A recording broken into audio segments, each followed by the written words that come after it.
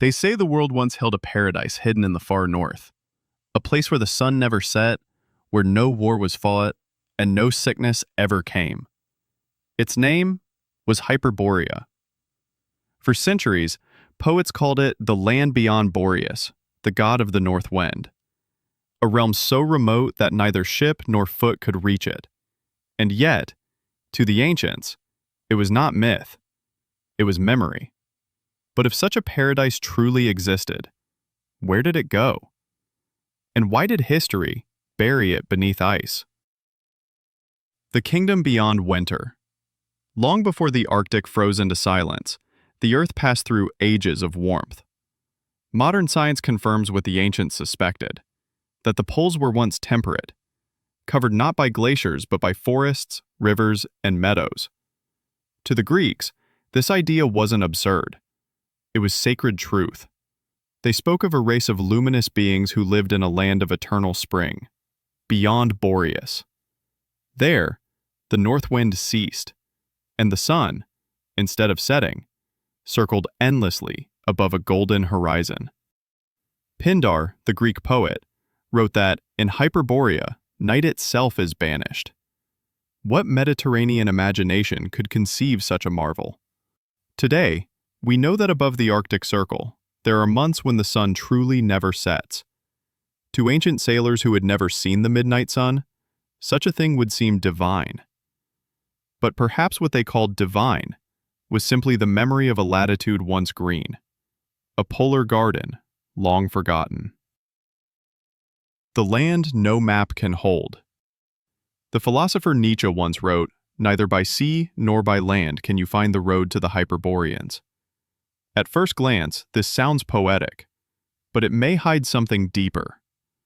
For in every tale about Hyperborea, there is always a barrier, storms that never cease, mountains that cannot be crossed, or ice that swallows ships whole. It was said that many tried to reach this radiant realm, and all failed. Yet fragments of testimony suggest that some did. The ancient historian Diodorus Siculus wrote of an island the size of Sicily far to the north, filled with fertile fields and an enormous circular temple dedicated to Apollo. He described the people as kind, their songs never ending, their festivals lasting months beneath the unsetting sun. To modernize, this sounds like legend. But why then did Diodorus include such detail, distances, rituals, architecture? Why would Greek writers describe geography so precisely if they meant only poetry? Perhaps because, to them, Hyperborea was real. The question was not whether it existed, but why it was hidden. The god who fled south. Every winter, the Greeks told a strange story. Apollo, god of light, prophecy, and healing, would abandon his temple at Delphi and journey north to Hyperborea. There, among his chosen people, he would renew his strength before returning in spring. When Apollo left, Delphi's sacred flame dimmed. When he returned, the oracle spoke again.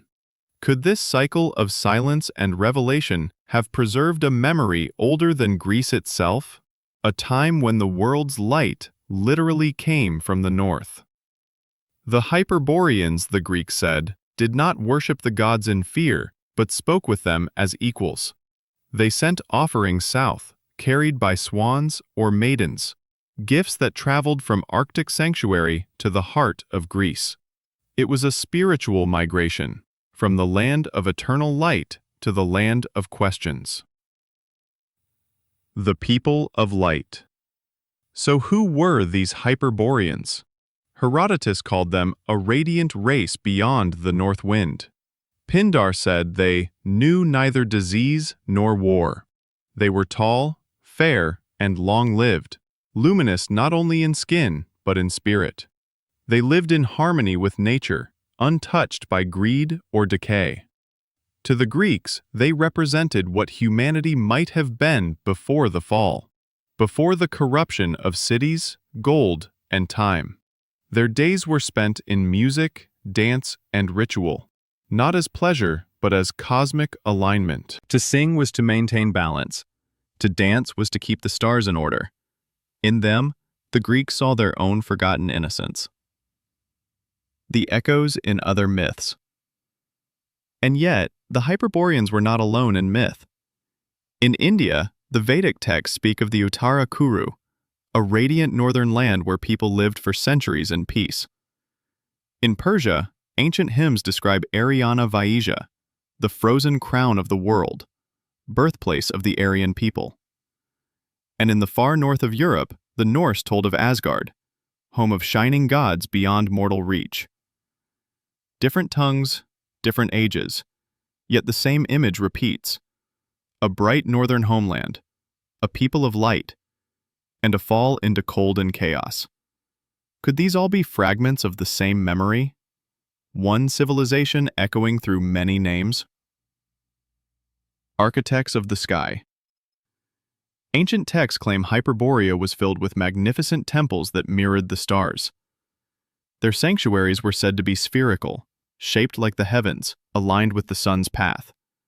In time, archaeologists would find other monuments built the same way: Stonehenge in England, the pyramids of Egypt, Teotihuacan in Mexico. Different continents, yet all perfectly aligned to celestial geometry. Coincidence or inheritance? If knowledge flowed south after the fall of Hyperborea, then every stone circle, every pyramid, every temple of the sun might be its echo, a reflection of a blueprint older than recorded history. The law VGA of crystal and sound. Some traditions go further. They speak of cities that glowed, walls carved from crystal, towers that hummed like tuning forks.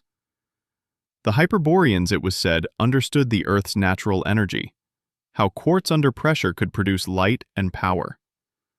Their healing was done through vibration, not medicine. Their technology, if we may call it that, was harmony itself. To us, these sound like myths of impossible science, but to them, perhaps it was simply nature understood more deeply. A civilization that built not against the world, but in resonance with it. The magnetic north. Even today, the Arctic refuses to stay still. Compasses spin unpredictably near its heart. Magnetic fields surge with mysterious strength. Scientists attribute this to shifting poles. But some researchers whisper another idea: that what lies beneath the ice might not be entirely inert. Could remnants of Hyperborean technology, their crystalline machines of the north, still hum beneath the frozen crust, distorting our instruments, shaping the auroras that dance in the sky? The Earth, after all, remembers more than we can see. Twin cities of light and sea. Many have noticed the parallels between Hyperborea and Atlantis. Both were said to harness natural energies. Both vanished after a cosmic catastrophe. One drowned by floods, the other frozen by ice. Perhaps they were sister civilizations, two polar outposts of one lost world. When the Earth shifted its axis, one sank beneath the ocean, and the other disappeared beneath snow. Together, they formed the twin tombs of humanity's forgotten dawn. The mind that spoke without words. In Hyperborea, thought itself was said to be language. They communicated without words, mind to mind. When lies are impossible, truth becomes culture. Their peace was not enforced by law, but by transparency of heart. Today, scientists study brainwave synchronization and quantum entanglement, finding small hints of shared emotion and thought. What the ancients called telepathy, we now call coherence. Perhaps they simply mastered what we are just beginning to rediscover: that consciousness, when aligned, becomes creation. Astral navigators. The Hyperboreans were said to travel not only across the Earth, but beyond it. They were astral voyagers, leaving their bodies to explore the stars. In that, they resembled the shamans of Siberia, the monks of Tibet, the priests of Egypt. All spoke of the soul as a traveler, capable of flight beyond death or distance. Is it possible that their maps of the heavens were drawn not by ships but by minds? If so, the accuracy of ancient maps, even of lands hidden under ice, may not be mystery, but memory. The end of spring. But every paradise meets its winter. Geological records tell us that Earth's poles have shifted more than once. Sudden, catastrophic changes that could turn warm lands to wastelands overnight. Perhaps Hyperborea's fall came not through war, but through the sky itself. Solar storms, comet impacts, floods of fire and ice. The mammoths of Siberia were found frozen with grass still in their mouths. A meal interrupted by apocalypse. Could the same instant death have sealed Hyperborea beneath the ice? The southward memory. And yet, the legends insist. The people did not all die. They migrated south, bringing with them their knowledge, their symbols, their light. Across Eurasia, sudden bursts of civilization appear. Agriculture, astronomy, temple building, as if wisdom itself arrived from nowhere. Perhaps it did not rise. Perhaps it survived. The afterlight. Today, Hyperborea remains officially myth. But myths are history seen through poetry. Memories wearing the mask of dream. Maybe the Arctic's frozen silence is not the absence of life, but the echo of a song we forgot how to hear. A civilization that lived not in conquest, but in balance. Not by domination, but by harmony. And if somewhere beneath the ice, the last fragments of that radiant world still sleep, then every dawn that lingers on the northern horizon is not just sunlight. It is remembrance, the light that refuses to die.